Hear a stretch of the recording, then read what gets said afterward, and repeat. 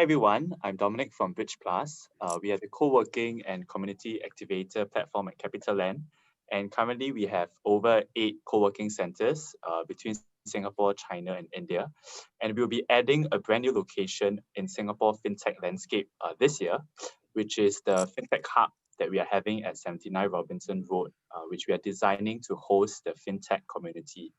Yeah, so today we are very honored to have, very delighted to have a fireside chat centered on the topic of innovation in sustainability as part of the Singapore Science Park Innovation Made Real that is taking place at the Switch 2020 platform. So Switch is Asia's leading technology, innovation and enterprise festival, a one-stop platform, right, where innovation meets enterprise with access to global startups, investors, corporates, and ecosystem players. Switch is jointly organized by Enterprise Singapore and the intellectual property intermediary supported by the National Research Foundation and in partnership with SingX. So this fireside chat today is part of the Innovation Made Real booth at Singapore Science Park. So today, we are honored to have with us two very inspiring leaders in the sustainability field who are pioneering sustainability in their own unique ways. So first up, may I introduce from Eco-Business, we have Junice Yeo and Jeanette Mock. So Junice is actually the Deputy Managing Director of Eco-Business, and she's based in Beijing. And established in 2009, Eco-Business is Asia Pacific's leading media organization on sustainable development. It currently owns and operates award-winning platform, ecobusiness.com, which attracts more than 1 million unique senior level visitors every year. Yeah, and it is currently headquartered in Singapore at Bridge Plus at Singapore Science Park. Yeah. And next, we have from DPA Architects, Hui Min, the director over there. So DPA Architects is one of the largest architectural firms in the world. It is the company behind world-famous sites such as Astronaut Theatres by the Bay, Singapore Sports Hub, and the Dubai Mall. And DPA Architects is a leader in sustainable design. The BCA Authority of Singapore actually recognized DP Architects as one of the top 3 architectural firms in Singapore, with the highest number of Green Mark Platinum and Gold Plus projects. Yeah, and the BCA Green Mark system is a green building rating system to evaluate a building for its environmental impact and performance. Yeah, and currently DP Architects is piloting a space as a service project at Bridge Plus Ascent together with IMDA. So first up, after introducing our distinguished panelists, we just wanted to begin today's fireside chat with a very quick question. So what does sustainability mean to you? And what does innovation in sustainability look like? Junice, would you like to share some of your thoughts? So thank you, Dominic, and really nice to be speaking with you and also with the other distinguished guests. So what does innovation and sustainability mean to us at Eco-Business? As you know, we are Asia Pacific's leading media organization, and we focus on sustainable development as well as responsible business.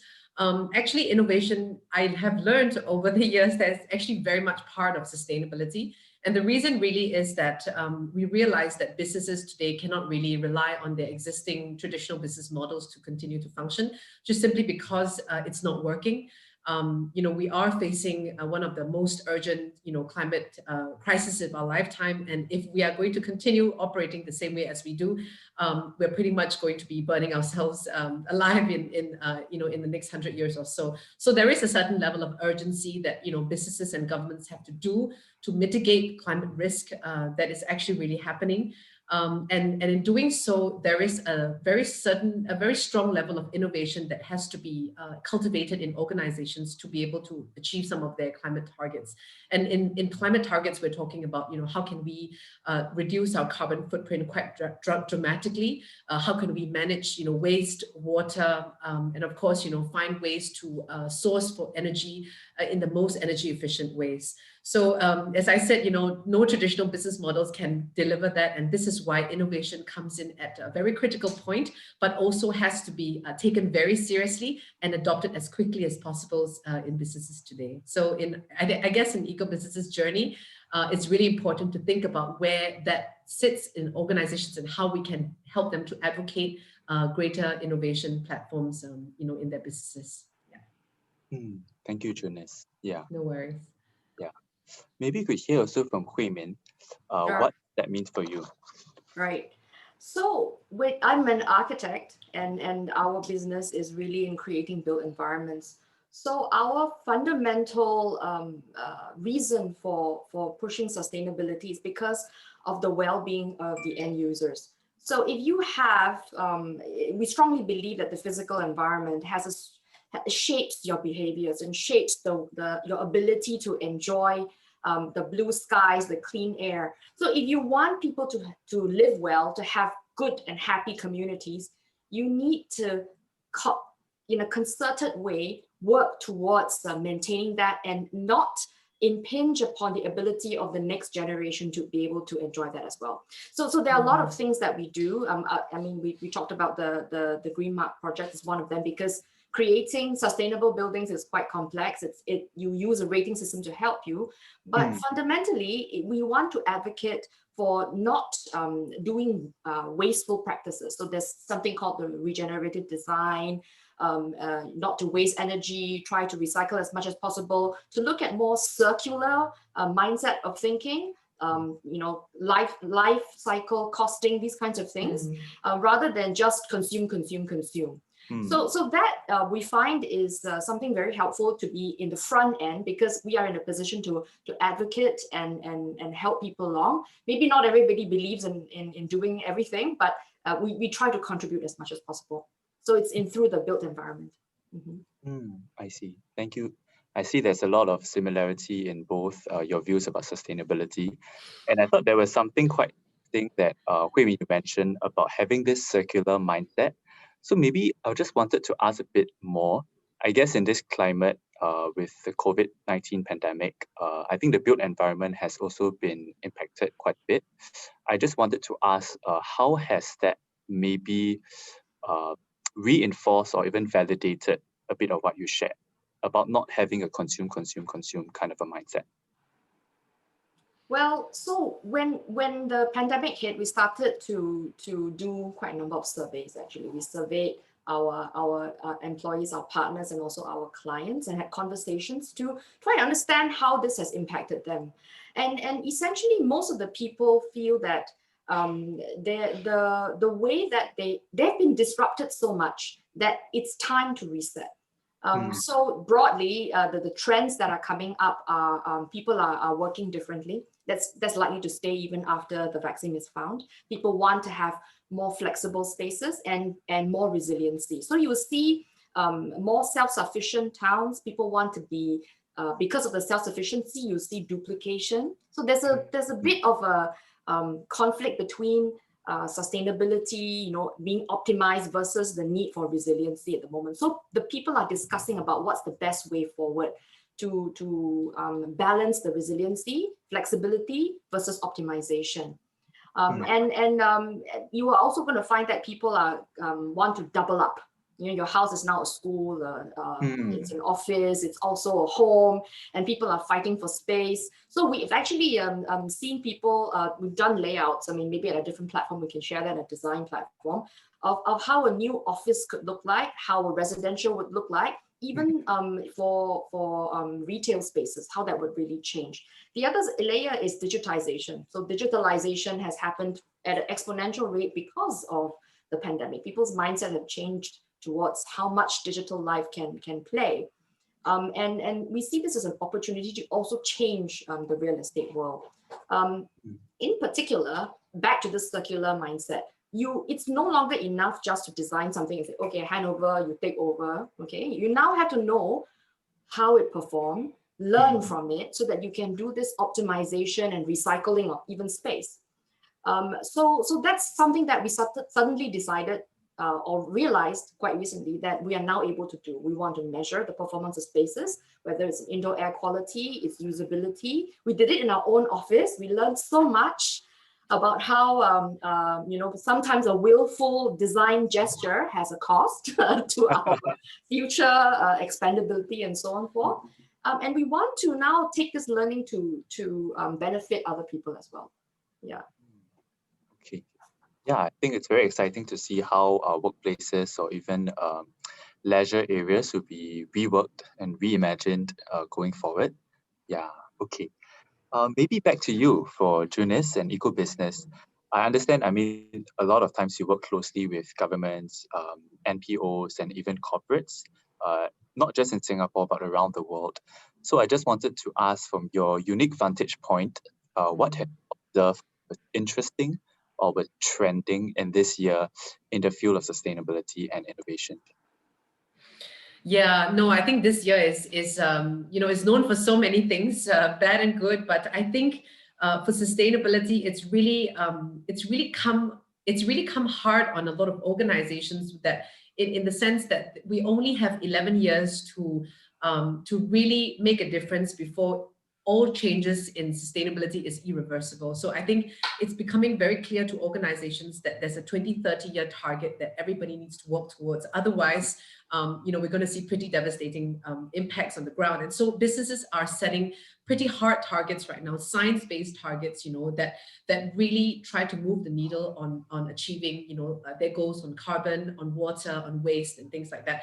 And so I think for us, we're part of that journey. We're documenting a lot of things, we're covering stories. But I think what's really interesting is in the sense is one of the things we're doing, pretty exciting, I would say, is in the area of innovation and challenges. And so actually we're working on two really interesting challenges, one of which I will talk, actually Jeanette is the better person to talk about this, and I'll let her share a little bit more. It's actually one is the Livability Challenge. It's been going on for 3 years now.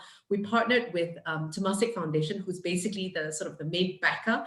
But this is a very cool $1 million challenge looking for the best solutions that address the most urgent, pressing issues around urban cities today. So when you talk about decarbonization is one, but also, food security, packaging, everyone's talking about single-use plastic. How can we do away with single-use plastic? Is there a solution around plastic at all? These questions are all coming up. And I think, this is where innovation really comes in, and it comes in hard on companies, because companies today are being pressured to say, if I'm delivering, a shampoo bottle, if I'm delivering a food package, how can I make sure that that goes back into the circular economy again, as Hui Min talked about. It's actually really, really important, because this is all about their own targets. And not only that, sorry, one more point I was going to raise is that, in fact, it's not just the company setting their own targets, it's the investors who are making them do that, because otherwise they have limited access to financing as well. So there's a huge knock-on effect from across the value chain that is making companies sit up as well. One more point is on tenants. Tenants in built environment are actually very important, because they are basically the customers of of developers. And so because they themselves also have targets they have to hit in the facilities where they reside in. And this is why they are also, working with their developers to, ensure that everybody, plays their part as well. And I think that that's actually really driving change. If you don't mind, Dominic, can I just sort of pass it on to Jeanette to maybe share a little bit more about what we do in the challenges? Yeah, sure. Yeah, Over to you. Jeanette, can I pass the floor to you then? Yes, thank you so much, Junice and Hui Min, for sharing your insights. I think challenges is really a space that a lot of corporations are now exploring, because they realize that they might not necessarily have all the resources and all the context to relevant innovations that can help them accelerate their projects as well as their targets.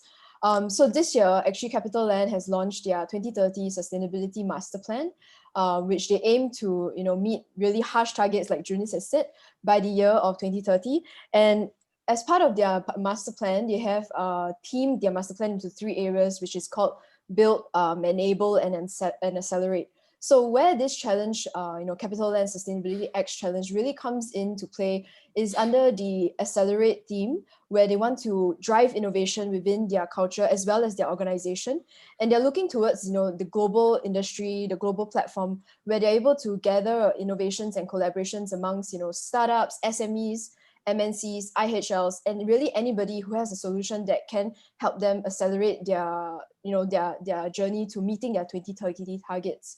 And so for this year, which is actually their inaugural challenge that has launched in November, they are searching for solutions in 4 key areas, which I'll go to the next slide and share more details in there. And so as I said, next one, we can just go to the next one. Thank you. So the four key areas is, as Junice and Hui Min had said earlier, would be, in summary, would be energy, water, waste, and safe buildings. So where we're talking about low carbon transition, we're really looking at how can solutions and innovators come in to help CapitaLand, really readily adopt and increase their adoption of on-site clean energy, solutions, as well as how can they look at reducing their energy consumption in their buildings, because, as Hui Min has said, occupants are also a very key area of buildings, and with their occupancy, it also leads to their usage of all the resources and materials that are used in the buildings. And so this is one key area for CapitaLand. Another area would be, water conservation and resilience. How can they look at reducing the usage of water, and how can they increase, efficiency of the water usage across building occupants? And the next topic would be waste management and circular economy. In this theme, they're really looking at, as one of Asia's largest diversified real estate developer, they are involved in construction. How can they look at materials, and how can they keep the materials within the the cycle, and not send waste, more waste to the landfills, which are already filling up as we speak. And the final one would really be an accumulation of COVID-19. When COVID-19 first hit, I think the whole world, air quality was such a huge issue because the virus was, could travel or could be easily transmitted between person to person. And so how can we improve the air quality in buildings for our building occupants, as well as how can we look at better ways to circulate air in the building? And in each focus areas, we are looking for very specific challenge statements. If we move on to the next slide, I will just take you very briefly through what I've mentioned.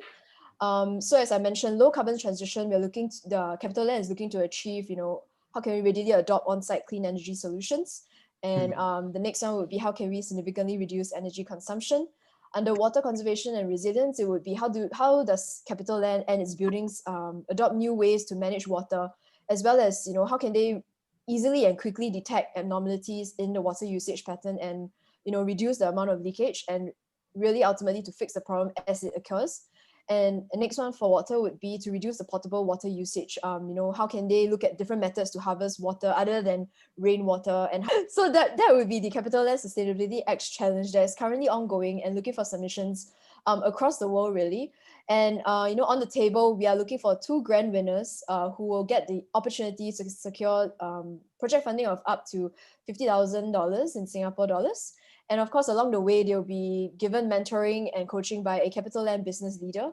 And ultimately, the outcome of this challenge is really to pilot, test, and implement their projects within select CapitaLand properties across the world.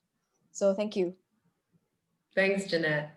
I think she said it so nicely, I don't have to even supplement. Thank you for sharing that. I think the CapitaLand Sustainability Challenge sounds really, really exciting. And I think you mentioned it was the first by a real estate developer in Singapore, right? Yes, that's right. I thought maybe just ask a bit deeper.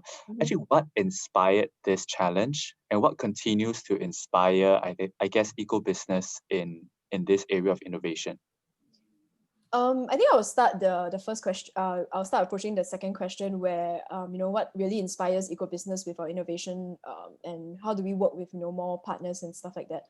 So I would say that change is so constant, and if the whole world and organizations do not innovate their processes and really dive into their processes to how can they make it better, then where eco-business comes in is because we have such a huge network to corporations around the world, and we work so closely with them in terms of really understanding their journey to sustainability and how can they improve or implement new processes. I think we're able to advise and really, I think, more of advocate and educate these organizations as to, are there certain aspects to your process that we can sort of innovate? Yeah, thank you so much, Jeanette. Yeah, I think what I really hear and it really comes across is that I think pursuing sustainability is really a joint effort, right? And it's very often that there's a lot more synergy when you partner together across different organizations. You bring different strengths to that. And I thought when you mentioned about the circular economy, I thought it was really quite relevant to maybe what Hui Min you mentioned earlier, right, about reducing construction waste. So actually now I would like to turn it over to you, Hui Min, to ask also a bit about what are some innovative challenges or pursuits that DP Architects is pursuing in the field of sustainability? Right. I was mentioning before that we started measuring our own office and our own performance, trying to understand how data, new sources of data can influence how people think towards circular mindset and sustainability. And then I mean, DPA will be a testament to say that Capital Land is very supportive because they gave us the opportunity to implement the first instance of Spaceworks. Spaceworks is a company that we founded together with a company called UTech Cybernetics. And we're leveraging very powerful digital twin technology, basically to create, make it easy for people to make manage their smart workplaces and find out what's going on in their own workplace. So in Bridge Plus, what we did was we've created a platform for people to understand how the space is performing, are the members using the spaces as effectively as they have paid for it, and the air quality. So this becomes information that will help Bridge Plus become better.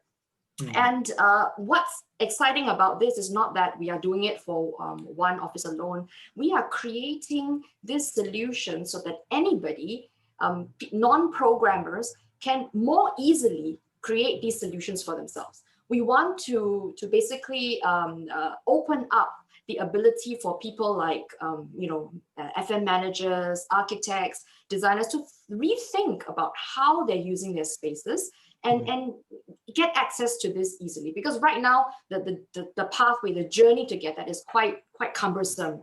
You need to get a lot of know-how, you have to hire specialists. I mean, in this situation, you still need specialists, but at least there is a quicker way, an easier way. It's about putting together parts rather than building everything from scratch. So that's what we are doing with in terms of technology. So that's the first step, because what we want to do is measuring is the first step, understanding the second step. What we want to do is, as we combine the eyes and ears with sensors and aircon, everything talking to each other now, and that's what the technology that we are working with can do. Once AI and 5G comes about, you will be able to get into this exciting realm of autonomous buildings, of responsive buildings. And that's when our virtual and physical lives can really merge. I'm very excited about this potential. Yeah. Mm-hmm. Wow, it's really exciting to see how this will unfold. I mean, I just wanted to dig a bit deeper. So earlier you mentioned that it's been a pilot project, right? So what interesting observations have you or the team picked up on thus far? Well, so in Bridge Plus, because we just launched it, the insights are, the data that we've collected is not enough to give insight, but I can share what our office did. When we implemented the same type of analytics in our own office, we realized that actually the big meeting rooms that we created for basically very beautiful boardroom, right? Everybody wants a boardroom. We realized that it's only used like 15% of the year. And when it's actually being used, it's always underoccupied. So that already starts to think, wow, this big grand boardroom, what a underutilization of real estate. And then now when people ask me to design office suites, I will like, okay, we are totally going to make it reconfigurable. Do you really want a 20-seat boardroom? Yes.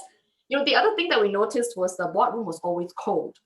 Oh, It's always cold. So this is like chicken and egg because it's always underutilized. Hence, it's always cold, and people don't want to use it because it's cold. it perpetuates, right? Yes. Yeah. The other thing we also realize is with carbon dioxide levels. Of course, we monitor our carbon dioxide based on industry standards, but we also found research that if you want people to optimize themselves in a certain task like data crunching or information analysis versus strategy, they actually want a much better carbon dioxide environment to be optimized. So essentially, can you imagine you are in a big boardroom, 20 people, and you have subpar or industry standard CO2 levels? It's actually not great for strategy making. Yes. Insights came to us and like, oh, you should be rethinking. Everybody should be considering this when they are doing design and planning. I see. Wow. Fascinating. Thank you for that.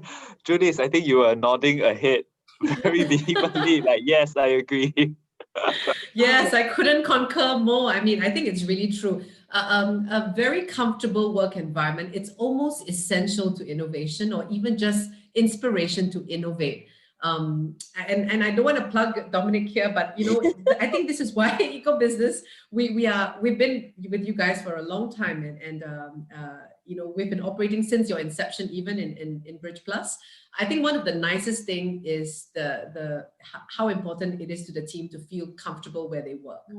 So yeah, I couldn't agree more with Hui Min on that. Thank you for sharing your experience at Bridge Plus. Very heartened to know that you enjoy. I do miss that though, I have to say. I mean, now that I'm based in Beijing, I kind of miss, but my team is happy there. Okay. I just thought maybe because I think both of you shared very in detail like projects with innovation element, right? I actually wanted to zoom out a bit. So if you're looking at it from maybe an organizational level, right? What has been the journey, right? The innovation journey for your organizations respectively? How has it been charted? What inspires it? Or even the challenges that you had to face? Because I think innovation is never easy. It involves risk and uncertainty, and not everybody might be ready to do that. So I just wanted to ask, how did you and your organization navigate that? Yeah, maybe I'll hear from Junice. Sure. Well, I think at least for us, we are considered an SME, so we're not a large organization. Where you might have the luxury to put this into a particular structure or a strategy in your business. I think innovation for a small, medium-sized enterprise comes very much with doing. And as you do, you realize that it works, and then you start to, foster it, or, do more of it to see where you go. And I think for eco-business, I think one of the most amazing things with the company is that it started out just as a site where people could just go on and read news. And today we are a super dynamic platform where people read the news on an hourly basis. People interact all the time. We've got amazing social media platforms, but also, on a physical level, on a virtual level, we are always there, So I think it's become very much top of mind, and it kind of even starts to make you think about what your reason to exist is, as an organization, and what you stand for. And I'm sure for Hui Min, you definitely think of that as well as you shape the organization's journey and the culture. What do you really want to be to your stakeholders?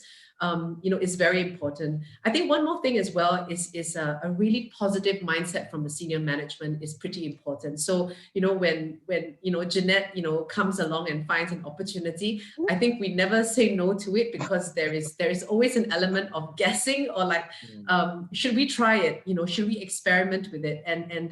So that helps.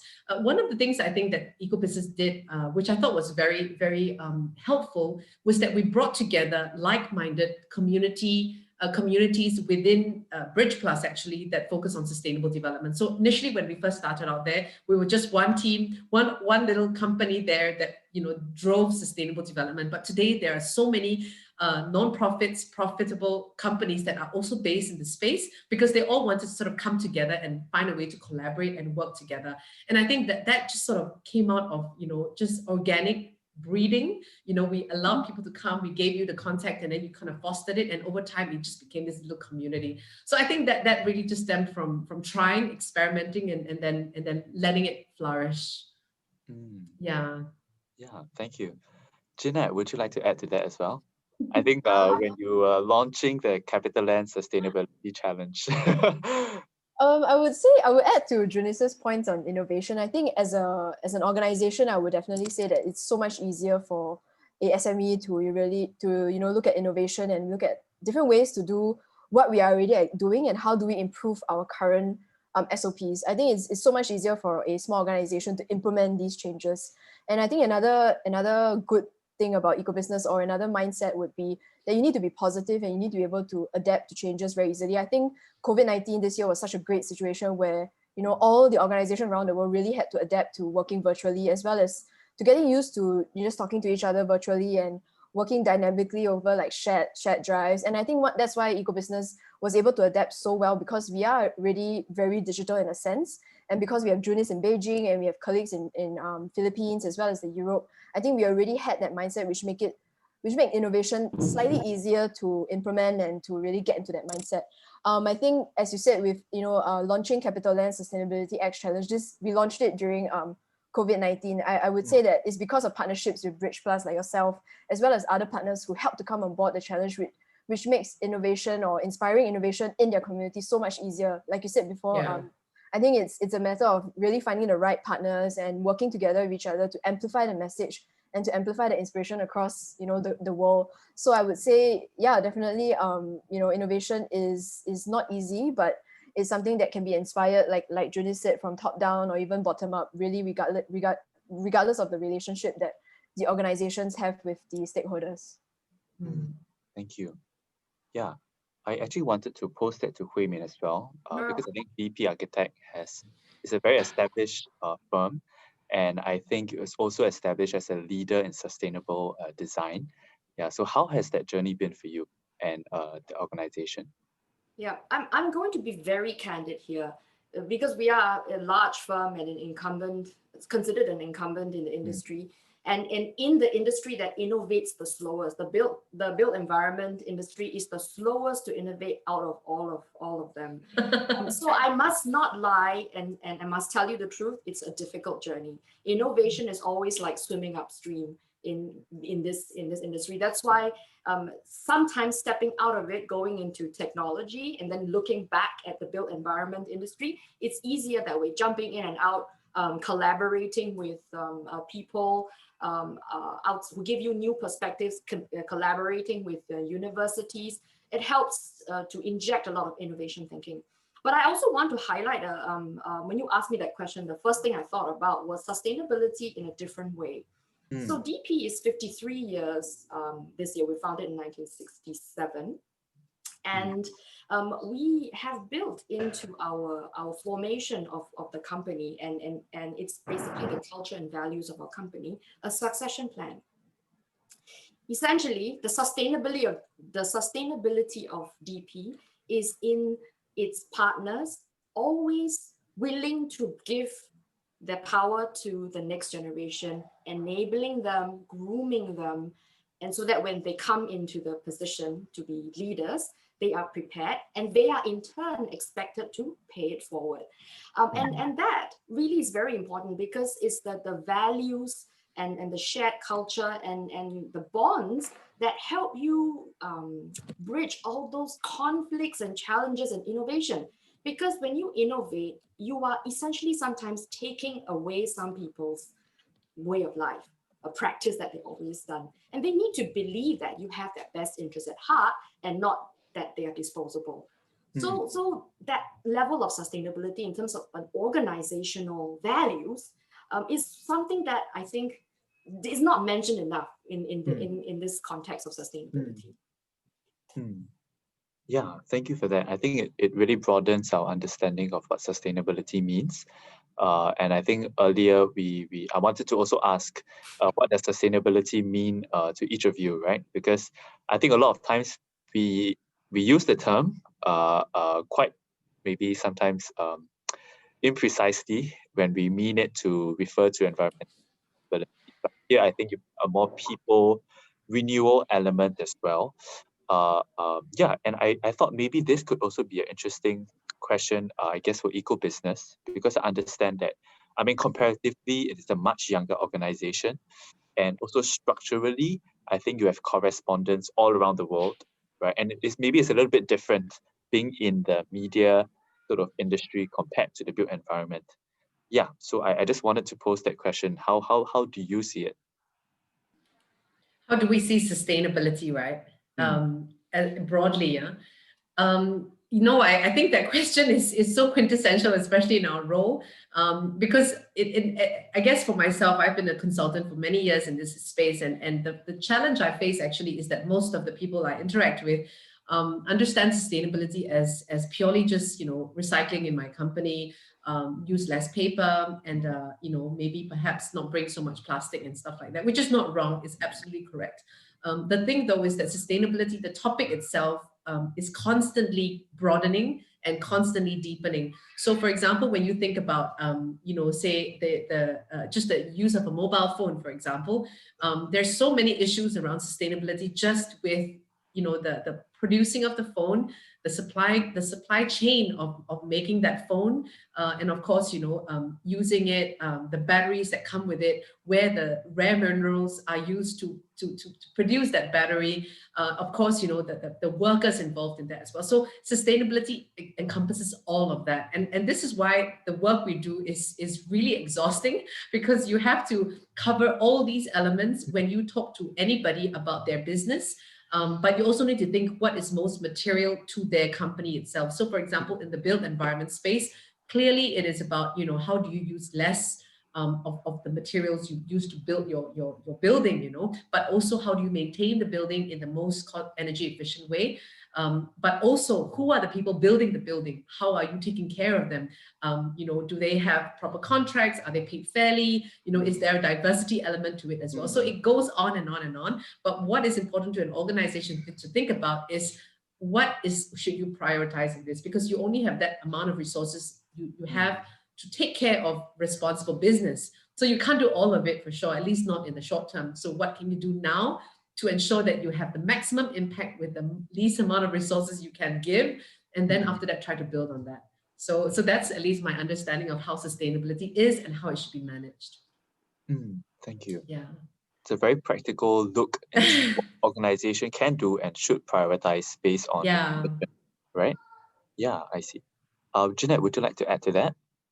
I think I can only speak for myself as an individual as to what sustainability means to me. I think I agree with Hui Min, where it is really about the next generation and really leaving a good enough world for our next generation to take on. But I think it's really about every small step really goes a long way. To everyday layman people, it may be just be putting things into the recycling bin, but I think it's already a huge step for a lot of households in Singapore. To some people they might not believe in it, but that's okay, because there will always be someone who is trying their best to work at it. And I think it's even down to like the materials, the household items that you buy for yourself, right? And the brands that you support. For example, during COVID-19, I think a lot of Singaporeans were trying to support local businesses. And I think that's about sustainability as well, because you want to be able to keep local businesses survive basically in any pandemic. And I think sustainability, like Junice said, is such a big platform that you cannot really nail down one particular thing that sustainability means to you. So I would say it's a whole circle of life that the sustainability is about. Yeah. The whole life cycle, right? And definitely relationships between different elements of that. Definitely. Yeah, thank you. It's a very broad, it broadens the dimensions of the discussion about sustainability.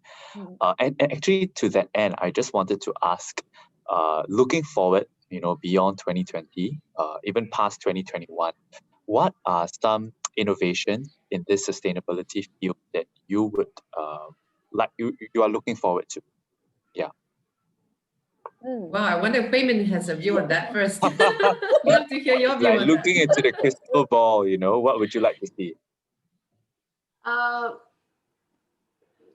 Well, looking into the crystal ball for a longer term is easier, because I think that when people get used to actually sustainability now is become mainstream, so that's great, right? So when we go for sustainability, what we want to do, sustainability is actually treading water, right? You're just giving it back to zero. You're bringing people back to zero. You're not doing any better. So going forward, actually, we want to do better. So that's why people are talking about circular economy, circular life thinking, because it will fundamentally change the way we consume the world, and then we'll start to add value, become positive. So that would be something that I am looking forward to. Hopefully, enough people in the world would come on board and start to think that way. So that you will start to add value rather than just bring back to zero and then you still continue to decline together. Can I ask? I think.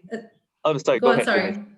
Oh no, I was just going to say that I definitely agree with Hui Min on this, but and maybe just to add to that point is that a lot of people see sustainability as an obligation. It's like either you know, it's like almost like a religion, either you believe in it or you don't, and it shouldn't be that way. You know, it needs to be coming from the angle where, as you say, you know, if we are at that zero level, how can we still live in a comfortable way without compromising on our lifestyles, but you know, be conscious about what you do.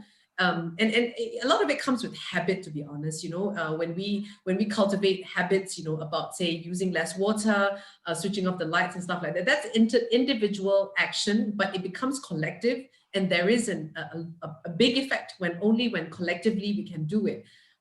So it shouldn't compromise on our lifestyles, but it needs to be prioritized in our heads so that eventually it doesn't become something you think about anymore. It just becomes a habit of doing. You know, one example is in Europe, for example, the way a lot of people sort their trash, even in Taiwan, they do that not because, of course they do it because they have to, but initially when it came about, it was part of regulation, but today it becomes second nature to them. So how can we implement the same things through second nature amongst our tenants, amongst our customers and all that? This needs to become much more of a second nature.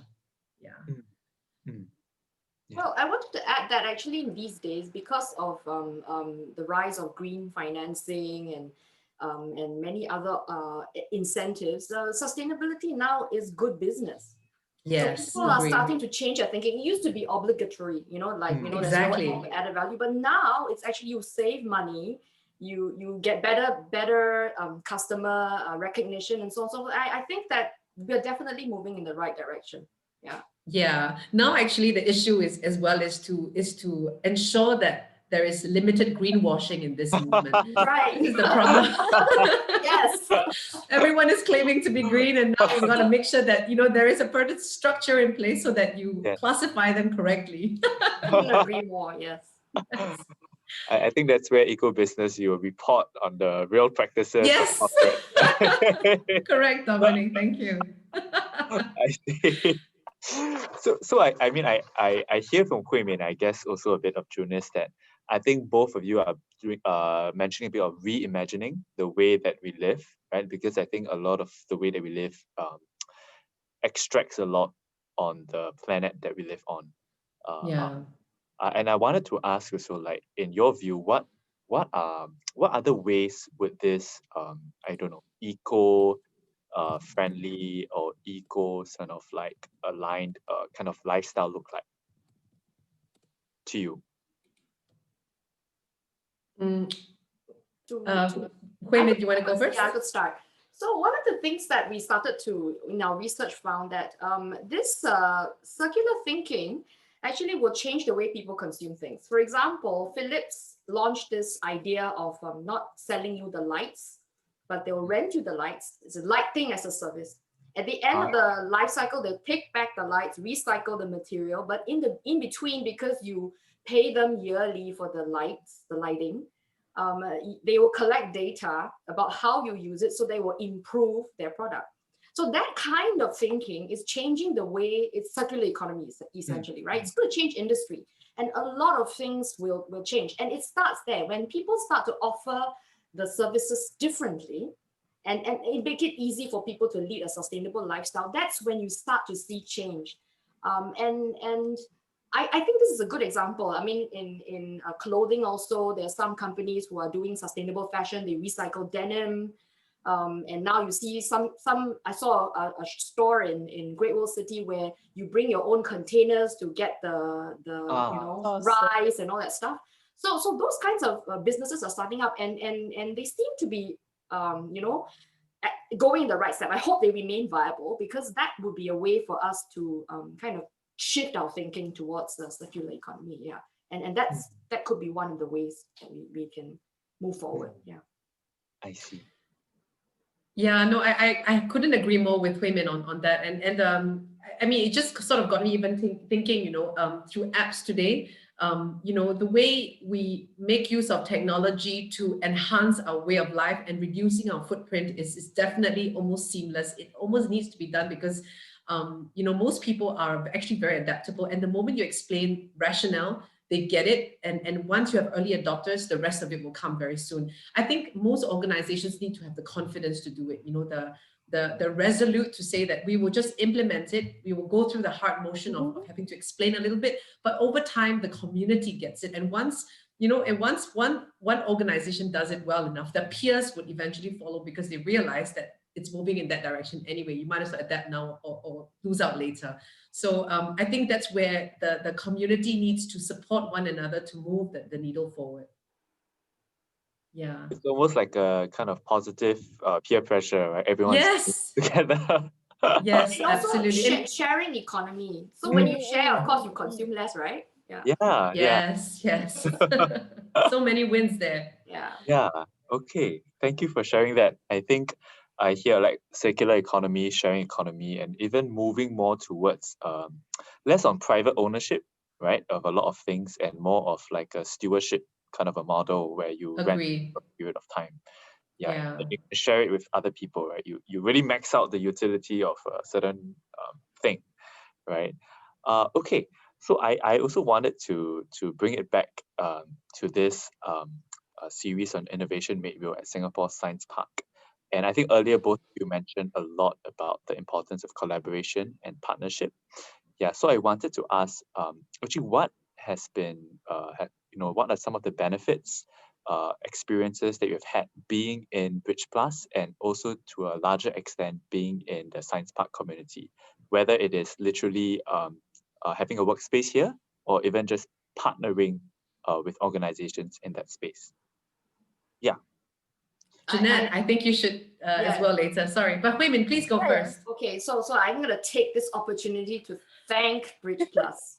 Oh. Because, I mean, as I explained to you, the innovation journey in the built industry is not easy.